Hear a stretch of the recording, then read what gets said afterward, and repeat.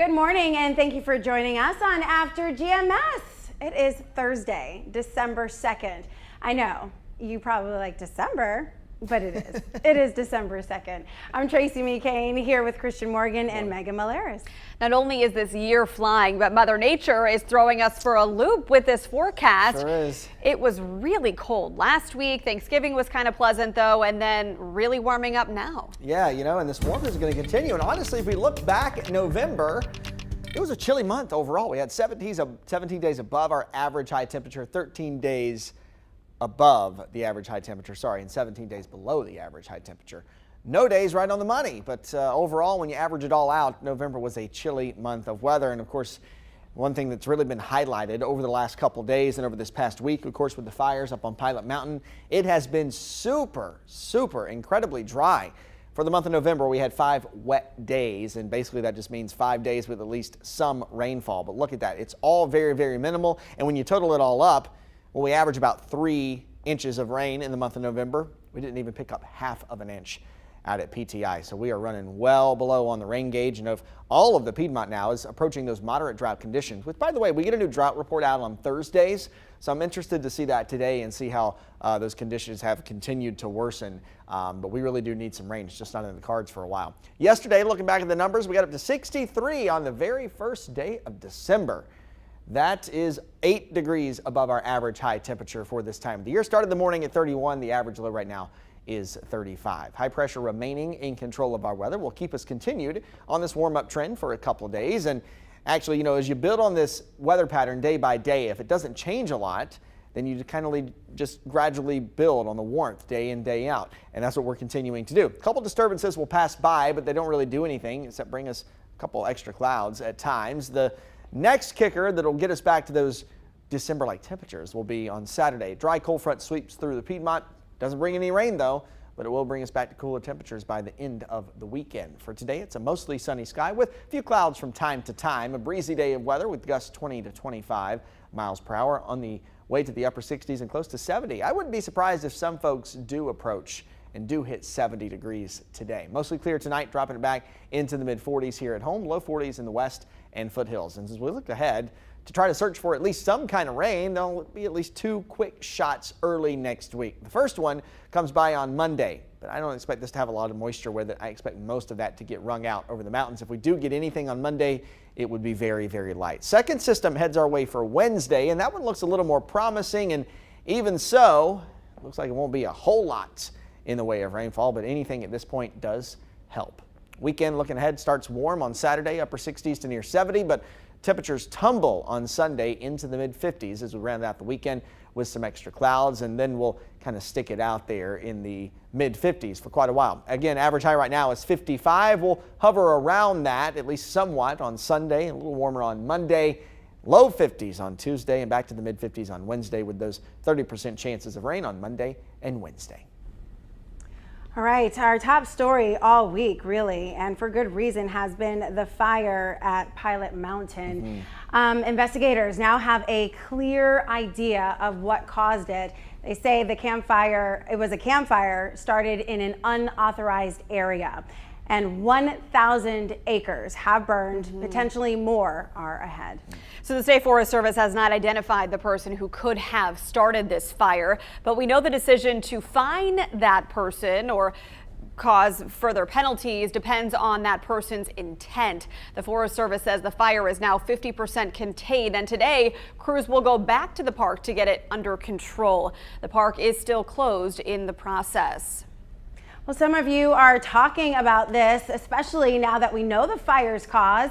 Cynthia said, "This makes me so angry." Marissa said, "As an avid camper who just camped at Pilot Mountain 2 weeks ago, this angers and saddens me. We are so careful when camping to make sure our fire is out before we leave or turn in for the night."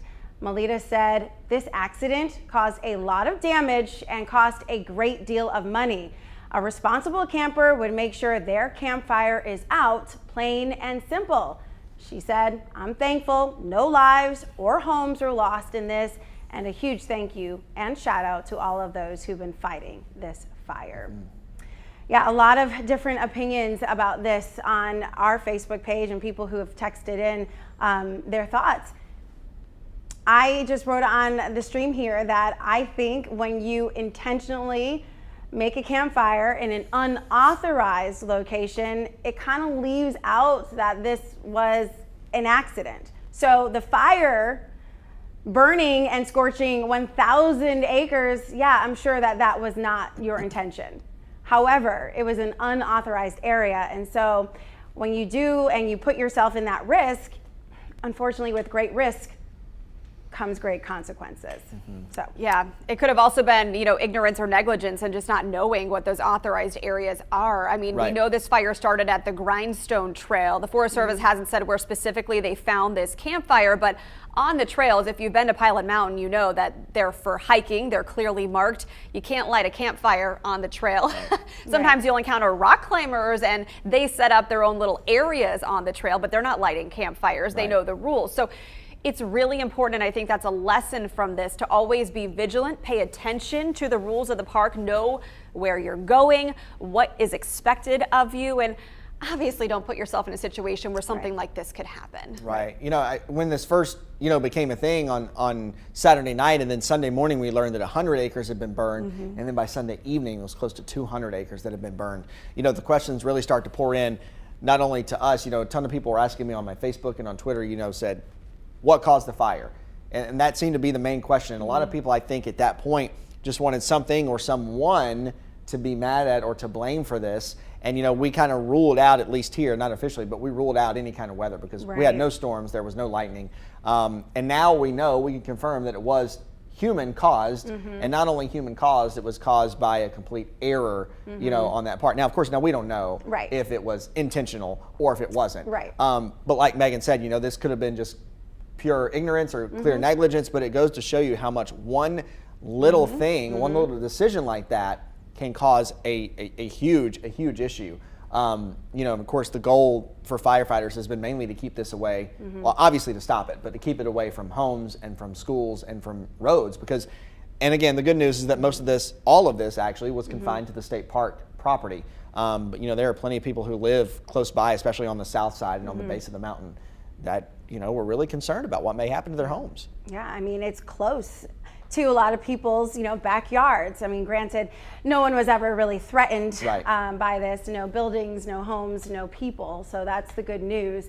But just to further explain what I'm saying here with the unauthorized places, I've never been to Pilot Mountain, but I did hear from Megan today that there are areas that are clearly marked unauthorized, do not enter. And so that's why I wrote, if it's marked unauthorized and you are starting a campfire in a clearly unauthorized space, well, you've made a decision. Oh, yeah. To make that campfire. Yeah. I'm not judging anyone. I'm talking about the decision. And with, again, decisions like that become consequences. So, I mean, I don't know if they'll ever find the person who did it. Some of these wildfires, they never know who set them or started them. But it is a reminder, you do have to be vigilant. You do have to be careful. You don't want to ever play around with fire. We learned that when we're, young, because it has great consequences. So, and I mean great as in terrible, big. So just, be careful, and we see what happens. I think, too, now that we know this and we know that, what caused this. I don't know how you ever find the person unless that person were to step up or unless somebody were to tattle on that person. I don't know how else you go about finding that. I think it's somebody has to step up and say, it was me, I did this, I was in the wrong, but it was me. And then also in addition to that, okay, now we know what caused it. We might not know who or exactly when, but we know what caused it. And now this has happened, so I think we kind of have to put that much in the past. And as we go forward, I would say that we kind of look at some of the positives here. And to me, one of the positives of this whole thing is that when you look at some of the pictures and you look at some of the damage on the mountain, this has all been a ground or a surface fire, which means it wasn't a canopy fire, meaning it was spreading from the tops of trees. So if you look at the pictures, yes, there are a lot of damaged trees, there are a lot of trees that are still alive and actually still have leaves on them. And so that is really good news in the recovery process, meaning that, once we get in, once they get everything what they call mopped up and get the dead tree limbs and branches and all that stuff kind of cleaned out, this recovery process will start quickly. Yeah. Again, we think back to 2012, 800 acres on Pilot Mountain were burned in those fires. And, notice how quickly we bounced back and folks were hiking and enjoying the beauty there on the mountain again. So it won't be long. It'll take some time, but we will be back hiking again. And a lot of folks have been concerned about wildlife, been asking about wildlife, and all the wildlife is expected to be okay and can kind of reestablish their habitats there. That's good news. Yeah. Sean said, why not ban camping when it's this dry? Well, it seems to be clear that this fire was not on a campground because crews have said it wasn't in unauthorized areas. But yeah, it's certainly something to pay attention to. If you go to a park, make sure that what you're doing is allowed at that point in time. And Scott brought up a good point that I was going to mention. He said, pay attention to the weather forecasters. When they say dry conditions, no outdoor burning, just listen to them. I mean, think about all the fires we've heard about in recent years, not just here, but in California.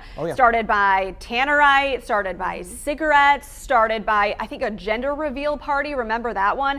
That was really bad. They were using some kind of a smoke bomb or something, something that should have been innocent, but the conditions were way too dry to do something like that, and it caused widespread devastation. So awareness, thinking before you act is so important. That's a good point too. Just to kind of a reminder here to reiterate the fact that statewide burn ban is still in effect. Sure is. Still in effect, and we still have right, and we saw the Pogue Mountain fire that ignited again the other night. And of course, they're still working to put that out. Haven't seen the latest on that yet this morning, but the burn ban is still very, very much in effect. Yeah. And there are fines for that too. Oh yeah, and they're enforcing it right now. Right. We heard from a lot of people who said, or like Robin, she said, sad, but you have people who will just not obey the law or read signs or pay attention to signs or follow the instructions on the signs. So yeah, I mean, it is very sad, and we are very, very fortunate here in North Carolina that none of the 3 wildfires that are, we're experiencing right now have cost anybody's life, has cost anybody their home, unlike what we're seeing in California where they are raging on communities.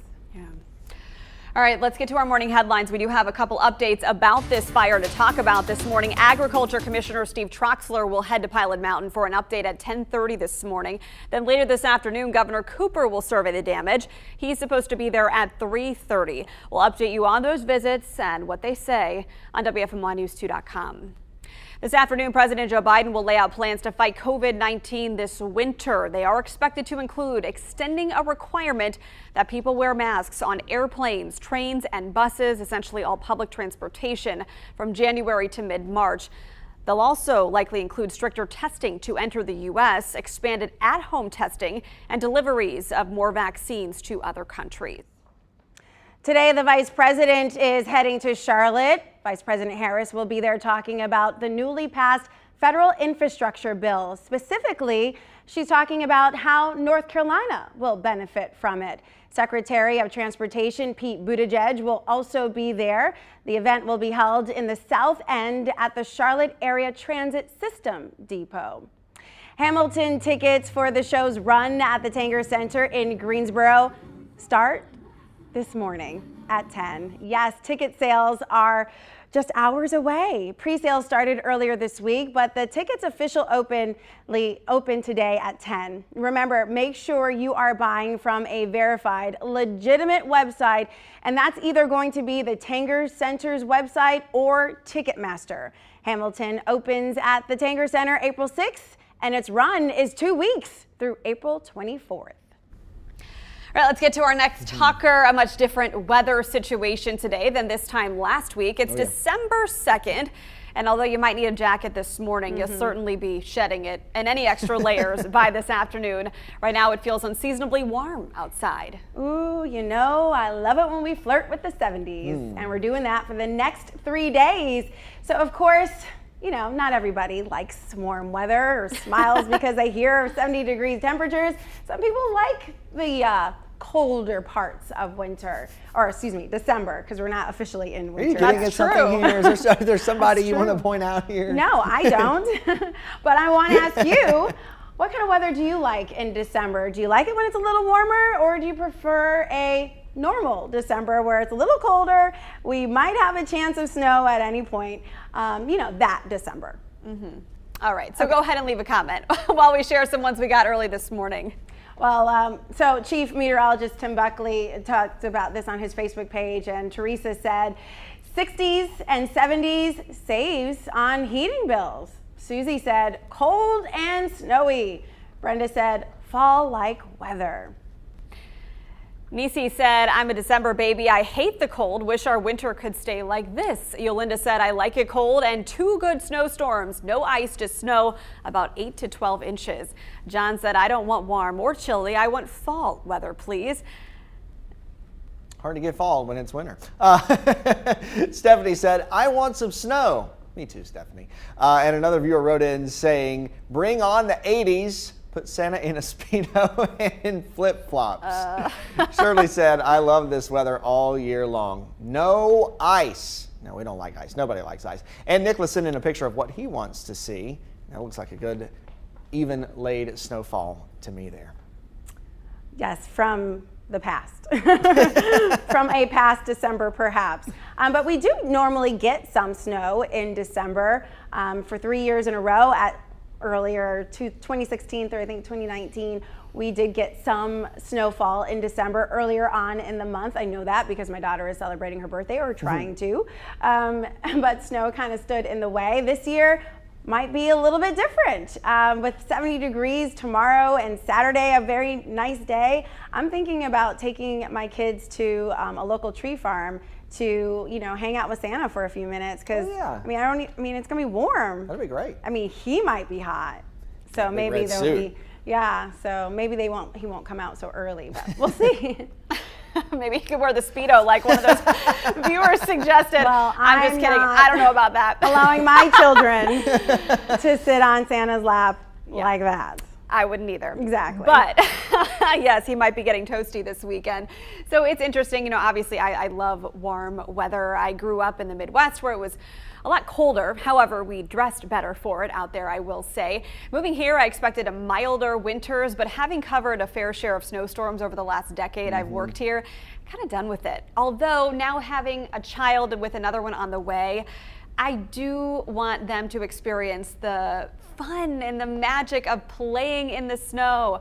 I bought my Christian a snowsuit, so I'm hoping he gets to use it this year. Every kid needs a good snow to play in. I'm a firm believer in that. Well, there's a lot of winter left. I mean, we haven't even started winter. Technically winter hasn't even started yet, unless you're a meteorologist. Meteorological winter starts yesterday, starts on December 1st. But, we talk, it's kind of funny, November was cold. Yeah. Now December's getting off to this warm start. And it kind of goes without saying, of course, we just released our winter outlook last week. And it's funny, if you look at all the data and you break it all down, most of our snowfall comes after December. So most of it comes in January and February. And ironically, we actually, by the numbers, get more snow in March historically than we do in December. I believe that. Which is something interesting to think about, but all the time when we talk about snow and we start to get toward the end of the season, we have a lot of people say, hey, remember when we had this snow in March and that snow in March back in, whatever year it was. And so by the numbers, statistically, we get more snow in March than we do in December. But I would love to see just a good snow, a good, even, pretty snow, big, fat, heavy flakes, right? Oh, that's so pretty to watch fall. Just one good one. And I think somebody mentioned like 8 to 12 inches. I'm fine with that. At least one snow. And then it can be 60 and 70 and we're fine and enjoy it. I just want one good snow. Right. And December, I want to wear my pea coat. I want to wear my gloves. I want to dress like December. Right. And I agree. In December, it's confusing when it's this warm outside for everyone, especially when your children like to wear shorts. And they're like, they're like, it's 70 degrees. But I'm like, but it's December. So the argument is really hard. And you know what? You know what feels weird? What's that? Doing a Christmas or a holiday parade when it's warm. Yeah. That So feels nice, weird to though. me. Yeah. It just feels weird. That'll Doesn't be this feel right. weekend. You know, Christmas Yeah. parades are happening. Yeah, the holiday parade in Greensboro tomorrow. Tomorrow's Saturday. Yeah, Saturday. Okay, I'm like, wait, tomorrow. My days are all off. I was off I yesterday, know. and now the rest of the week is all Oh, jumbled yeah. up. No, I get it. But I like to wear, you know, my long coats, my hat, my gloves. I like it to feel like the holiday season. But I don't like it to snow normally until like after the new year or Christmas time. But you're right, that one big snow is not a problem. It's when it snows a lot of like a little, yeah. And exactly. nobody likes ice. Nobody No, likes nobody ice. likes ice. In no way, shape, or form. Nope. All right, we're getting a lot of feedback here on our feed. Bobby said, I love this weather, and he put that emoji with the heart eyes. Yeah, so Curtis said, as Tim said, warm weather makes some people grumpy when it happens in December, and he is that guy. Joanne loves snow in winter, especially around Christmas. She said she'll have to go home to Cincinnati, maybe in January. Carol, LOL, she said, you already know what weather I like with a snowflake. Carol is our snowbird. She's always commenting about how much she loves snow, always asking Christian to give us a snow. So maybe soon, just not this week. Sorry, Carol. Right. And she also said shorts, not a Speedo. Yes. For Santa. Please. That's a better option. Much better. Much For better everyone. option. Much more Yeah, better Santa mental picture included. anyway. Yes, for everyone.